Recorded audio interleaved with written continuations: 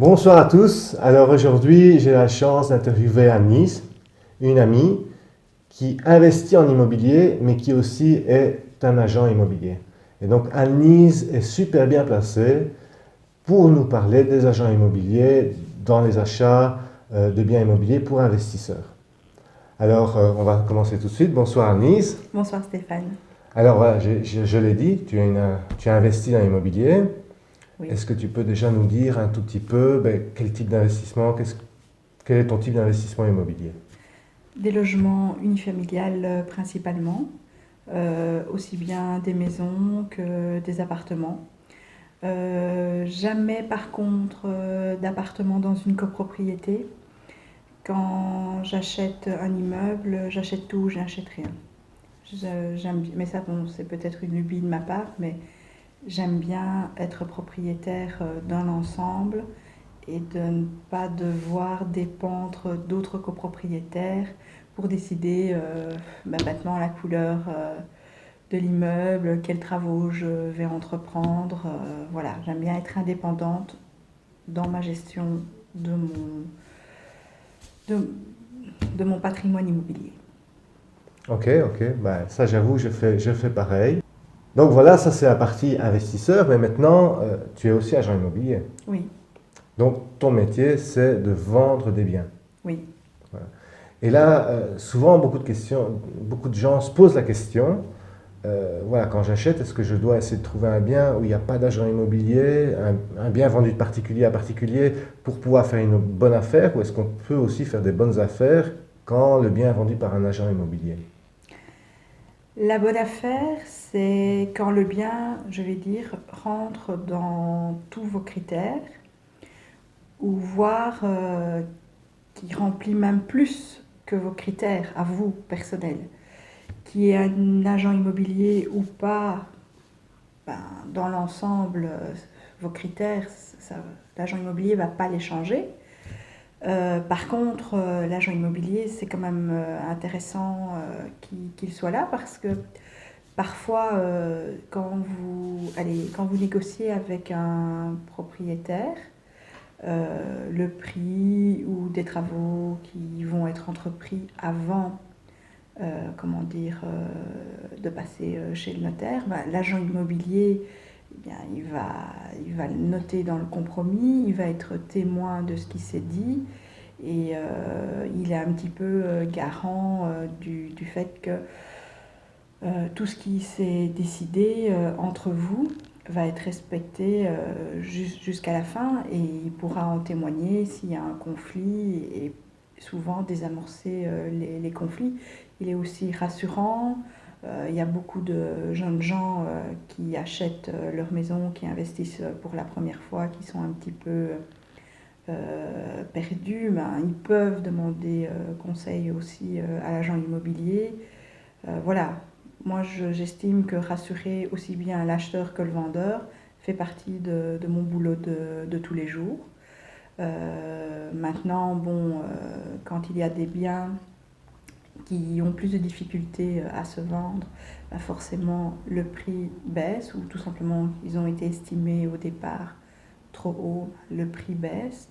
Euh, c'est vrai que parfois, quand il n'y a pas d'agence, le vendeur ne connaît pas toujours le prix de son bien, ou c'est rare qu'en tout cas il l'estime à son juste prix, ou il va taper vraiment très haut, ou à l'inverse, vous allez peut-être faire une bonne affaire parce le prix va être trop bas.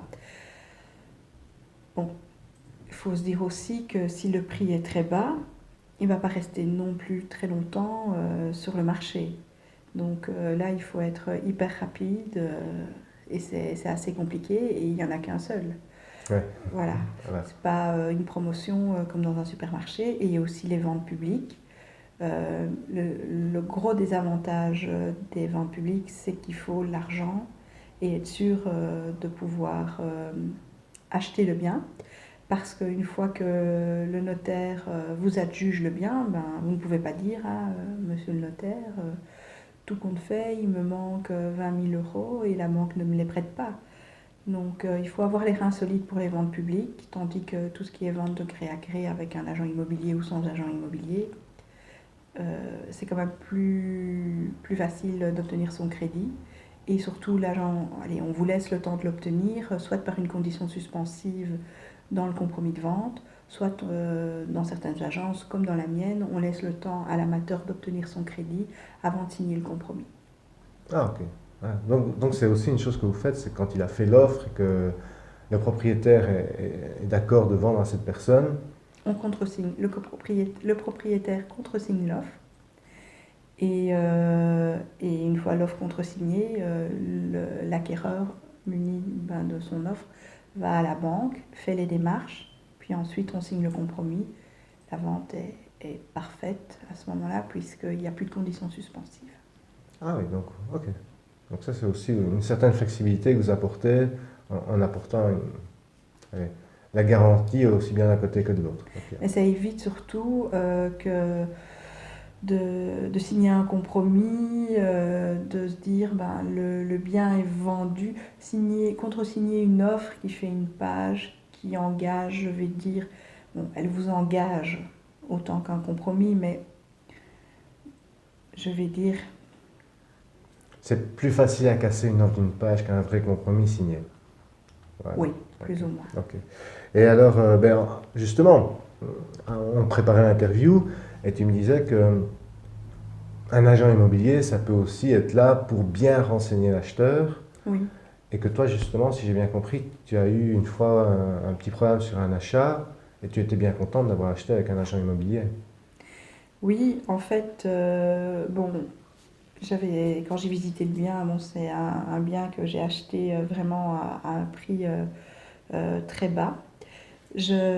Connaissant la région où je l'achetais et en voyant aussi le bâtiment, j'avais pas les certitudes que tout était bien en ordre au niveau de l'urbanisme. Et puis en tant qu'agent immobilier, je consulte moi-même le cadastre en ligne, mais bon, ça c'est quelque chose que tout le monde peut faire par soi-même sur le site Cagis. Mhm.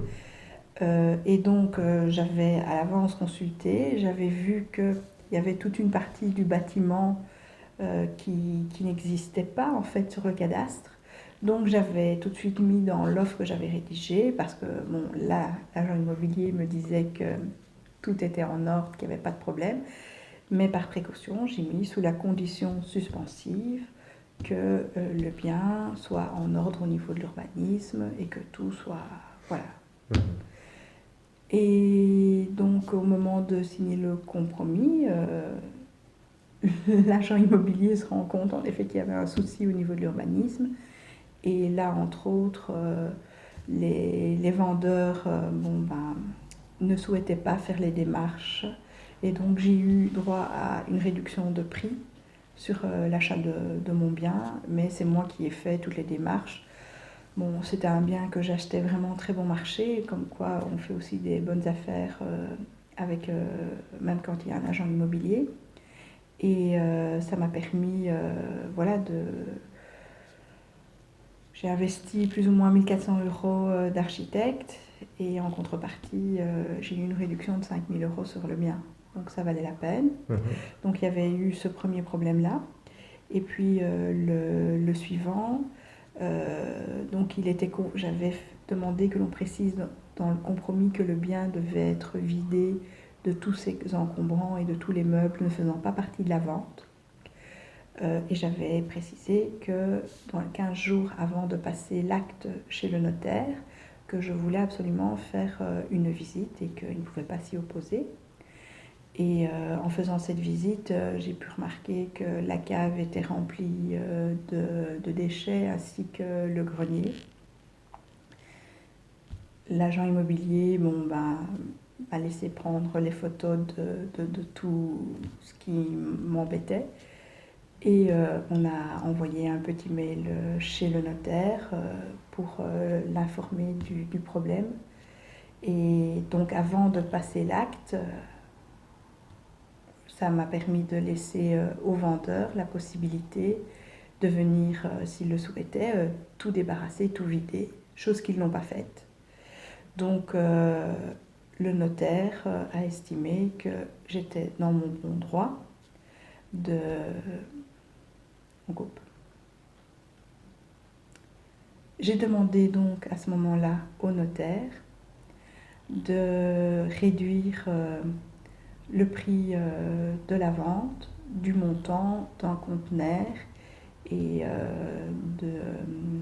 du salaire de quelqu'un qui viendrait tout simplement me vider cette cave et ce grenier. Et donc ça a marché. Bien sûr, parce que c'est à l'acquéreur, il était marqué contractuellement dans le compromis que l'acquéreur devait absolument vider le bien de tout ce qui ne faisait pas partie de la vente. Moi, je n'ai pas à jeter les déchets du propriétaire précédent. Ok. Donc, en gros, si je comprends bien, agent immobilier ou pas agent immobilier, on peut faire des bonnes affaires. Maintenant, est-ce que tu dirais que l'agent immobilier est l'ennemi ou l'ami de l'acheteur? Ni l'un ni l'autre. Je crois que vis-à-vis de l'acquéreur, il reste neutre. Il est vrai que son client, c'est le vendeur, mais il ne peut pas non plus mentir ou cacher des choses à l'acquéreur. Oui, à l'acquéreur. Et de toute façon, pour vendre un bien, il faut être commercial, il faut rendre des services, il faut rassurer aussi l'acquéreur. Bon, c'est pas une baguette de pain qu'on achète, ni une boîte de petits pois. C'est un investissement immobilier qui coûte très cher, qu'on paye pendant certaines personnes 20, 30 ans. Donc voilà, il y a toujours une appréhension de la part de l'acquéreur sur ce qu'il achète. Donc il faut pouvoir le rassurer, mais sans lui raconter des bêtises non plus, quoi. Il faut rester honnête. Et l'agent immobilier obéit à un code de déontologie. Et donc pour ça, je pense qu'on peut être rassuré. Les clients, voilà, ils ne sont pas trompés non plus, quoi. Ok, merci.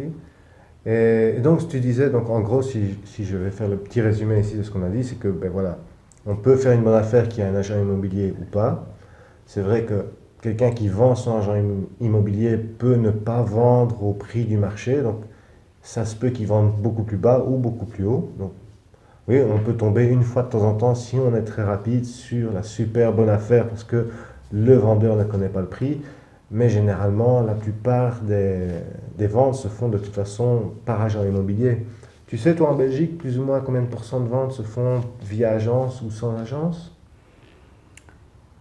Non, je ne connais pas le pourcentage réel, mais personnellement, quand je vois, bon, je consulte régulièrement ImoWeb, et parce que quand même c'est le premier site en Belgique pour toutes les annonces, et ils ont pratiquement toutes les annonces, mais bon, Imovlan et d'autres aussi sont très bien.